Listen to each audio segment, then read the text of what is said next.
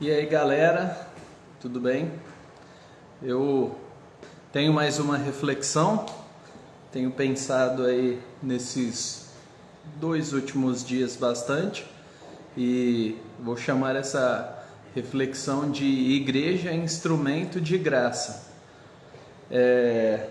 Eu não costumo abrir tanto a Bíblia quando eu faço esses vídeos, mas hoje eu vou abrir uma exceção porque eu acho esse assunto muito importante.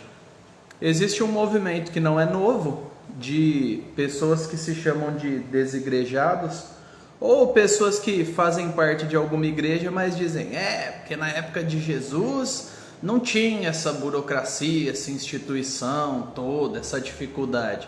Mas vamos provar para você que sim, bem no começo da igreja existia sim ordenamento, organização, existia alguma maneira das pessoas saberem quem é igreja, quem não é, e não basta ficar na sua casa convidando alguns amiguinhos que você gosta para comerem juntos ou beberem e comerem juntos e pronto. Não, é mais do que isso.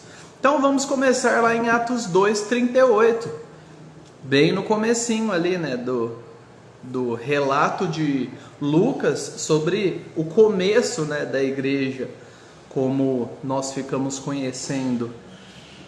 Logo depois que Jesus ascende aos céus, nós temos aí o relato de permanecer em Jerusalém, a escolha de Matias, aí desce o Espírito Santo, Pedro prega, e aí lá no final desse capítulo 2, após a pregação de Pedro, lá no versículo 38, na verdade o 37 começa: quando ouviram isso, a pregação de Pedro, ficaram muito comovidos e perguntaram a Pedro e aos demais apóstolos: o que faremos, irmãos? Pregação boa, né? Não deixou a pessoa fugir. O Espírito Santo agiu, os caras falaram: eita, e agora? Tá todo mundo lascado, né? E aí no versículo 38, né, Atos 2:38, Pedro responde: arrependam-se, cada um de vocês seja batizado em nome de Jesus Cristo para a remissão dos seus pecados, e vocês receberão o dom presente do Espírito Santo, porque a promessa é para vocês, para os seus filhos e para todos aqueles que ainda estão longe, isto é, para todos aqueles que o Senhor, nosso Deus, chamar. Mas isso continua. No versículo 40 diz: com muitas outras palavras Deus deu testemunho e exortava-os dizendo: salvem-se dessa geração perversa.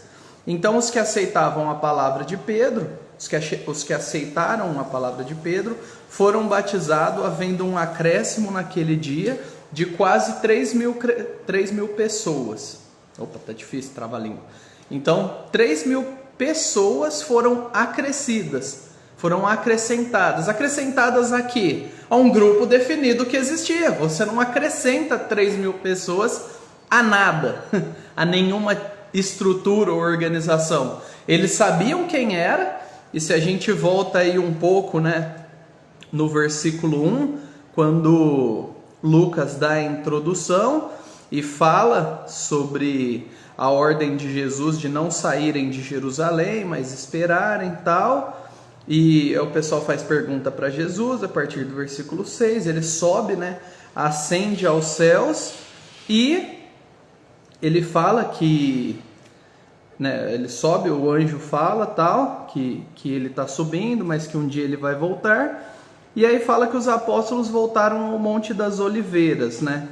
E aí eles se reúnem com um grupo, que eles já tinham o costume de se reunir. E lá em Atos 1, versículo 15 fala: naqueles dias Pedro se levantou no meio dos irmãos, ou seja, assumiu sua postura de liderança, e, né, irmãos, que irmãos, que grupo é esse? Levantou no meio da rua? Não, irmãos que formavam um grupo de mais ou menos 120 pessoas.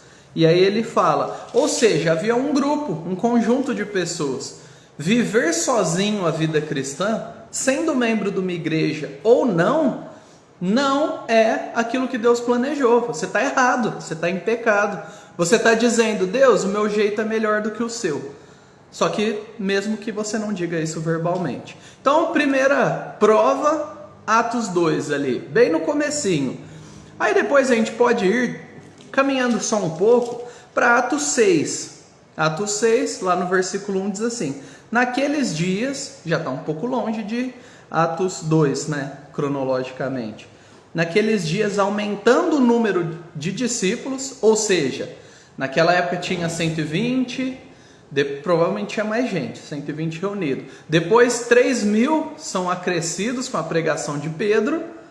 E aí lá em Atos 6 fala, aumentando o número de discípulos. Ou seja, existe uma linha que demarca. Um é discípulo, o outro não. Não é tudo igreja. Não é, deixa todo mundo viver à vontade, vamos nos amar e beleza. Não precisa de nenhuma ordem. Não é assim que funciona. Então você tem aqui que aumentando o número de discípulos, houve murmuração dos helenistas contra os hebreus. Então era um grupo de judeus, fazia parte da igreja, mas não eram os judeus da gema de Jerusalém.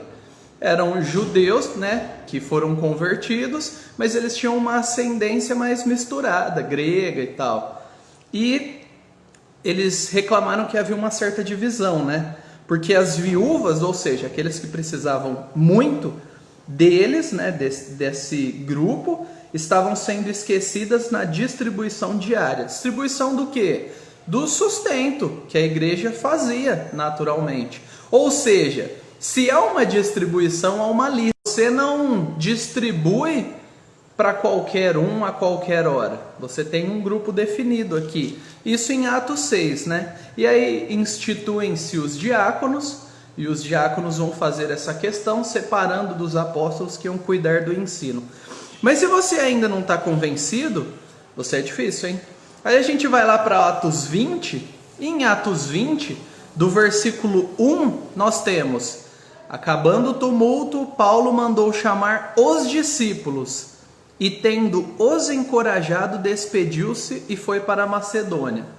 Ou seja, se você é discípulo de Cristo, se você crê que fazer parte de uma igreja, alguma instituição, conviver e olhar nos olhos dos outros não é necessário, você tem que jogar Atos fora. Porque quando Paulo manda chamar discípulos, ele manda chamar um grupo definido. Ele não manda chamar aleatoriamente gritando na rua: ei, discípulos de Jesus. Não, eles se reuniam, eles tinham práticas, eles tinham um comum acordo de se colocarem debaixo de uma liderança, que era a liderança apostólica, que se dobrava debaixo da sã doutrina daquilo que eles aprenderam. Então você não pode andar sozinho, você não tem essa opção no Novo Testamento. Mas nós continuamos lá no versículo 20, o capítulo 20 de Atos, que diz assim, lá no versículo 17: de Mileto, Paulo enviou uma mensagem a Éfeso, pedindo aos presbíteros da igreja que se encontrassem com ele. Ou seja, existe um grupo definido de presbíteros, existe um grupo que não é presbíteros, e Paulo manda mensagem para esse grupo. Esse grupo tinha que ser contatável. Então essa mentalidade de eu vivo sozinho, faço o que quero, do jeito que quero, quando quero, ela não encontra eco nas escrituras. Parece bonito, um negócio meio anárquico, né? Nossa, não quero me dobrar a ninguém, porque pastores são malvadões e a igreja cometeu muitos erros, mas eu que sou um puro cristão, né? Um cristão puro sangue, vou viver sozinho do jeito que eu quero e tá tudo bem, e tá tudo justificável. Eu não preciso de ninguém, né? Diferente das músicas que a gente cantava antigamente, né? Eu preciso de você, você precisa de mim, nós precisamos de Cristo. E se você não conhece, eu também não vou te falar o nome porque eu não lembro. Mas, se nós caminharmos mais um pouco lá para 2 Coríntios, olha que interessante diz no versículo 15 do capítulo 12. Então, 2 Coríntios 12, 15. Paulo falando, né, para os coríntios: eu, de boa vontade, me gastarei e me deixarei gastar em favor de você. E aí depois ele fala: se eu os amo cada vez mais, será que vou ser amado cada vez menos? Estava rolando uma dificuldade ali entre Paulo e o pessoal de Corinto. Então ele fala: eu me gastarei, me deixarei gastar. Ou seja, a igreja não é para eu vir e receber, é para eu ir e me gastar, para eu ir e me cansar, para eu me dar. E aí eu coloquei essa pergunta aqui: o que tu precisa? O que você precisa? E por causa dessa câmera espelhada, eu tenho que escrever de trás para frente e eu gastei alguns minutos para escrever isso. Então o que você precisa?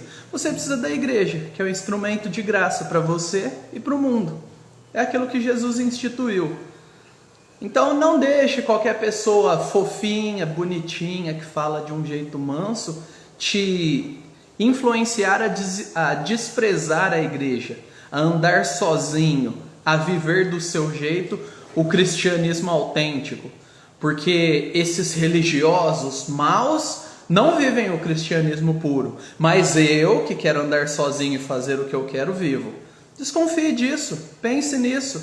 A Bíblia está aí, ó. Você não tem uma Bíblia, entre em contato comigo que eu te mando uma Bíblia. E se você quiser tirar alguma dúvida sobre isso, vamos conversar. Mas não caia na falácia do eu sou igreja, eu me basto e me reunir com outros é opcional, porque não é opcional. E falando para encerrar, né, aqui, o que Paulo fala em 2 Coríntios 13, do versículo 11 e no versículo 12, é muito rico para nós. É uma reflexão que eu quero deixar para você. Avalie a sua vida. Olha o que Paulo diz, 2 Coríntios 13, 11 e 12. Quanto ao mais, irmãos, a Deus, procurem aperfeiçoar-se, consolem uns aos outros, tenham o mesmo modo de pensar, vivam em paz. E o Deus de amor e de paz estará com vocês. Saúdem uns aos outros com um beijo santo, que era uma prática deles. Hoje a gente não tem essa prática de dar beijo, né, no rosto, tipo, ó, meu querido, mua, mua. Hoje a gente não tem essa prática. E eles tinham nessa época, né, judeus tinham essa prática. E naquele mundo também, naquele momento. E o que ele fala no 12? Todos os santos mandam saudações. Ou seja, há um grupo definido. Faça parte de uma igreja. Sua igreja não é perfeita, por isso que você pode fazer parte dela tranquilamente. Sua igreja não é para realizar os desejos profundos do seu coração. A sua igreja é para te ajudar a amar mais a Cristo e para que você sirva a outras pessoas. Então você só vive em paz, se desenvolve e cresce com outras pessoas que amam a Jesus. Então o que você precisa?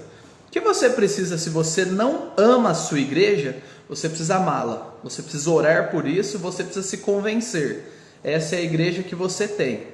Se a sua igreja não é séria e você não quer saber, você entende que ela viola todos os princípios bíblicos, não tem pregação, você já tentou e tal, procure uma boa igreja. Não há opção, estou chateado e vou viver sozinho. Resolva os problemas. Muitas vezes os problemas estão na minha e na sua cabeça. Agora a terceira opção, se você quer entender mais sobre isso, não entendi muito bem, vamos tirar umas dúvidas. Fale comigo, manda aí inbox, sei lá como é que fala no Instagram, sem inbox, manda direto, manda privado, enfim. Manda para mim, vamos conversar sobre isso. Você precisa da família de Deus. Você precisa crescer, você precisa fazer parte de uma comunidade que ama a Deus. E eu quero te ajudar de alguma forma, mesmo que você não more aqui em Ribeirão Preto, e se você morar também, se quiser se encontrar presencialmente, eu quero te ajudar a perceber isso.